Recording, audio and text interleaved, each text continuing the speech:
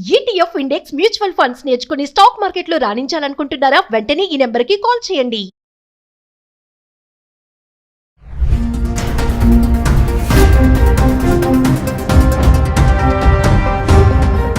నమస్తే, welcome back to Suman TV. ప్రస్తుతం మనతో పాటు ఉన్నారు అనలిస్ట్ మందడి కృష్ణారెడ్డి గారు. నమస్తే సార్. నమస్తే అమ్మా. సార్, ట్రంప్ తీసుకునే నిర్ణయాలు ఇటు స్టూడెంట్స్నే కాకుండా ఉద్యోగాలు చేసే వాళ్ళని కూడా కొంచెం భయాన్ని పుట్టిస్తున్నాయి. అంటే సోషల్ ప్లాట్ఫామ్లో ఏమైనా కామెంట్స్ చేస్తే కనుక వాటి విషయంలో మరి ఇవన్నీ ఒక ఎత్తు అయితే, ఈ ఇమిగ్రేషన్ స్కామ్స్ అనేవి కూడా మరి ఇండియన్ స్టూడెంట్స్ టార్గెట్గా జరుగుతున్నాయి. దీన్ని అదనంగా తీసుకొని ఈ స్కామ్స్ చేయడం కూడా చూస్తున్నాం. ఒకసారి దాని గురించి మాట్లాడుకుంటే, ట్రంప్ రెండోసారి అధికారంలోకి వచ్చిన తర్వాత తను ఎన్నికల టైంలో ఇచ్చినటువంటి వాగ్దానాలు ఏవైతున్నాయో ఆ వాగ్దానాలు నెరవేర్చుకోవాలనే ఉద్దేశంతో పూర్తి అవగాహన లేకుండా తను ఏం చేస్తున్నాడో తనకి తెలియకుండా కూడా ఒక్కొక్కసారి రాత్రి అనుకున్నది పొద్దున అమలు చేసే ప్రయత్నం చేస్తూ ఉన్నాడు. గడగడ వణికిపోయే పరిస్థితి తీసుకొచ్చాడు. ముఖ్యంగా విదేశాల నుంచి వచ్చి అక్కడ స్థిరపడ్డ వాళ్ళు, చదువుకుంటున్న విద్యార్థులు. ఈ ముఖ్యంగా ఏంటంటే ఎడ్యుకేషన్ ఇన్స్టిట్యూషన్స్ నుంచి అమెరికాకు పెద్దగా ఏ రకమైన రాబడి ఉండదు. ఎందుకంటే నాన్ ప్రాఫిట్ ఆర్గనైజేషన్స్ కింద బట్టి డిక్లేర్ చేస్తారు కాబట్టి అవి సంపాదించే సంపాదనలో ట్యాక్సెస్ కట్టడం కానీ, గవర్నమెంట్కు సొమ్ము రావడం కానీ ఏమీ ఉండదు పెద్దగా. పైపెచ్చు యూనివర్సిటీస్కి వీళ్ళే కొంత గ్రాంట్స్ రూపంలో డబ్బిస్తారు. అంటే ఒకవైపు ఆదాయం రాదు, మరొక వైపున గ్రాంట్ను కోల్పోవాల్సిన పరిస్థితి. అంటే గ్రాంట్ రూపంలో ఇస్తారు, కోట్లాది రూపాయలు ఇండియన్ కరెన్సీలో చెప్పాలంటే కోట్లాది రూపాయలు దానికి ఇస్తారు. రెండు రకాల నష్టాలు వచ్చాయి. రెండోది ఏమిటంటే ఎలక్షన్స్ టైం లోపల ఎక్కువగా ఎడ్యుకేషను సంబంధించినటువంటి ఆర్గనైజేషన్స్ తనకు వ్యతిరేకంగా పనిచేశారన్న ఒక భావన అతనికి ఏర్పడింది.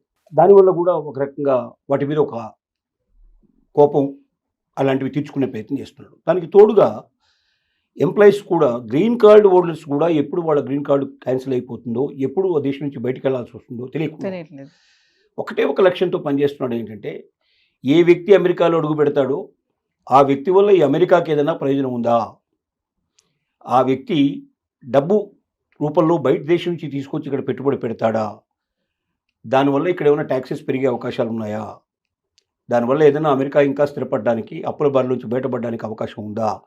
అలా లేనప్పుడు ఈ దేశంలో సంపాదించి తన దేశానికి తీసుకెళ్లాలనే వ్యక్తులు ఇక్కడ ఎందుకు, అతని మొట్టమొదటి ప్రశ్న.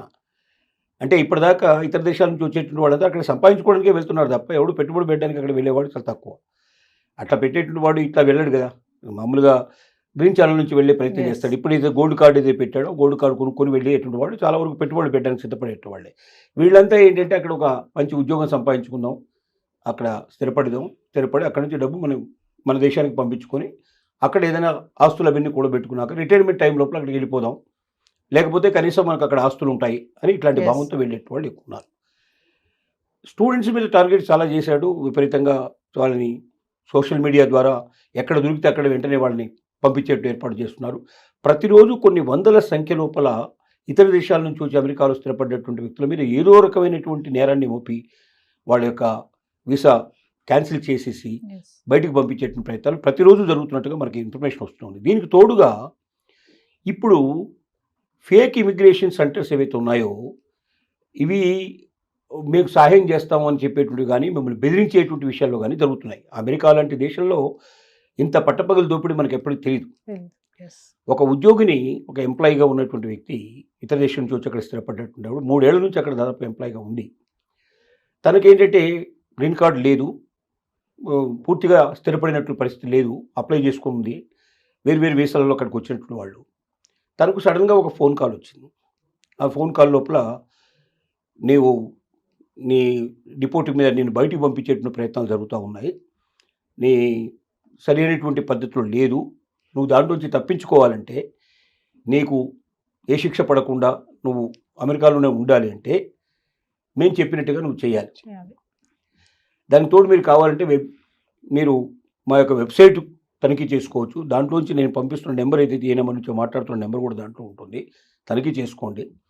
ఆ నెంబర్ నుంచి నేను మాట్లాడుతున్నాను, మీరు ఇమీడియట్గా ఒక $5,000 అంటే సుమారుగా 4 లక్షల రూపాయలు ఇండియన్ కరెన్సీలో చెప్పాలంటే ఈ డబ్బుని గిఫ్ట్ కార్డు రూపం లోపల మీరు తీసుకొని దాని యొక్క నెంబరు, ఆ గిఫ్ట్ కార్డు నెంబర్ ఉంటుంది, ఆ నెంబర్ అక్కడ డిస్క్లోజ్ చేసినట్టయితే ఆటోమేటిక్గా డబ్బులు వాళ్ళ అకౌంట్లో క్రెడిట్ అయిపోతాయి. సో ఈ నెంబర్లు మీరు తెలియజేయండి. తెలియజేసినట్టయితే మీకు ఇబ్బంది లేకుండా మేము మిమ్మల్ని క్లియర్ చేస్తాం. మీకు తర్వాత మా పోలీస్ అధికారులు వస్తారు కాబట్టి వాళ్ళతో మీరు వచ్చినప్పుడు కూడా మీరు ఈ విషయం గురించి మీరు మాట్లాడొచ్చు. ఆటోమేటిక్గా మీకు సమస్య లేకుండా పోతుంది. లేకపోతే మీరు తొందరలోనే అమెరికా వదిలిపెట్టి వెళ్ళిపోవాల్సిన పరిస్థితి ఏర్పడుతుంది. వాడికి బెదిరింపు కాల్సి వచ్చింది. ఎస్. ఆ అమ్మాయి అక్కడికి ఏం చేసిందంటే వెబ్సైట్లోకి వెళ్ళి చూసింది. వెబ్సైట్లో కూడా నెంబర్ ఉంది. మరి ఆ వెబ్సైటు ఆథరైజ్డ్ వెబ్సైటా లేక ఫేక్ వెబ్సైట్ అనేది మనకు పూర్తిగా తెలియదు. అట్లా ఆ అమ్మాయి $5,000 పంపించేయడం జరిగింది. తర్వాత తెలుసుకుంటే ఏంటంటే అది ఫేక్ ఆర్గనైజేషను అని బయటపడింది.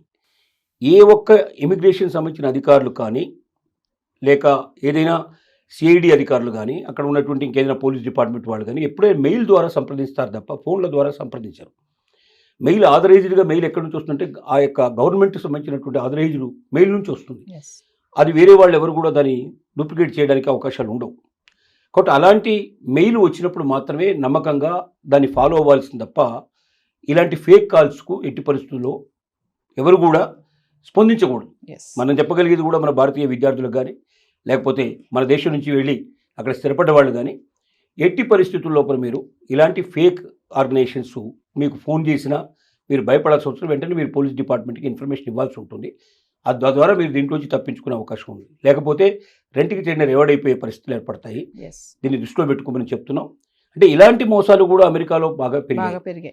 ఇది ముఖ్యంగా భారతదేశం నుంచి వచ్చినటువంటి భారతీయ మన ఇక్కడ నుంచి వెళ్ళిన వ్యక్తుల మీదనే ఎక్కువగా మన స్టూడెంట్స్ కానీ లేకపోతే మన యొక్క కుటుంబాల మీద కానీ ఇండియన్ కుటుంబాల మీద కానీ ఎక్కువగా ప్రయోగించడానికి జరుగుతున్న ప్రయోగాలు. ఇది ప్రభుత్వ సహకారంతో జరుగుతుందా లేక ప్రభుత్వ సహకారం లేకుండా దీన్ని అడ్వాంటేజ్ తీసుకుని కొంతమంది దొంగలు తయారయ్యారా మనకు పూర్తిగా తెలియదు. ఎందుకంటే ఇప్పుడు ట్రంప్ వెళ్తున్న విధానమే మనకు వ్యతిరేకంగా వెళ్తున్నాడు కాబట్టి అలాంటి ఫేక్ సంస్థలు కూడా సహకారం అందించి తద్వారా కూడా దోపిడీ చేసేందుకు ప్రయత్నాలు జరుగుతున్నాయి అనేది కూడా డౌట్ పడే పరిస్థితి ఏర్పడింది. ఏది ఏమైనప్పటికీ ఇండియన్స్ చాలా జాగ్రత్తగా ఉండాలి. మన స్టూడెంట్స్ జాగ్రత్తగా ఉండాలి. ఇక్కడి నుంచి వెళ్ళి ఉద్యోగాలు చేసుకుంటున్నట్టు ఉద్యోగస్తులు ఎవరుతున్నారో వాళ్ళైనా జాగ్రత్తగా ఉండాలని మనం ఒకసారి విజ్ఞప్తి చేస్తున్నాం. సో మరొక విషయం ఏంటంటే సోషల్ మీడియా పోస్టులు పెడతారు కదా, ఎవరైతే ఈ పోస్టులు పెట్టారో అవి డిలీట్ చేయాలంటే కూడా ఇబ్బంది అవుతుందంట. అది ఎంతవరకు నిజం సార్? అది తీసేద్దాం అనుకుంటే కూడా అవ్వట్లేదంట. అట్లాంటివి అంటే ఏంటి, దాని అర్థం ఏమిటి? అక్కడ ఉన్నటువంటి ఇంటర్నెట్ ఆర్గనైజేషన్స్ మీద అంటే మనకు ముఖ్యంగా వాట్సాప్ గ్రూపుల మీద కానీ లేకపోతే ఎక్స్ గ్రూపుల మీద కానీ లేకపోతే ఇంకా ఏదైనా ట్విట్టర్ కానీ ఇలా రకరకాలుగా ఉన్నాయి సోషల్ మీడియాలు. అంటే వాటి మూలాలు ఎక్కడైతే అమెరికాలో ఉన్నాయో వాళ్ళ మీద కూడా ప్రభావం చూపించుండొచ్చు. అంటే దాన్ని తీసేస్తే దొంగలు మనకు దొరకరు కాబట్టి మీరు ఎట్టి పరిస్థితుల్లో తీసేయడానికి వీలు లేకుండా వాళ్ళు ముందుగా కట్టడి చేయండి అని చెప్పి వాళ్ళు ఇన్స్ట్రక్షన్స్ ఇచ్చి ఉండొచ్చు. ఒక ప్రభుత్వం ఇన్స్ట్రక్షన్ ఇచ్చినప్పుడు ఆటోమేటిక్గా దాన్ని పాటించాల్సిన పరిస్థితి. అలా జరుగుతూ ఉండొచ్చు అని అనుమానం. Thank you sir.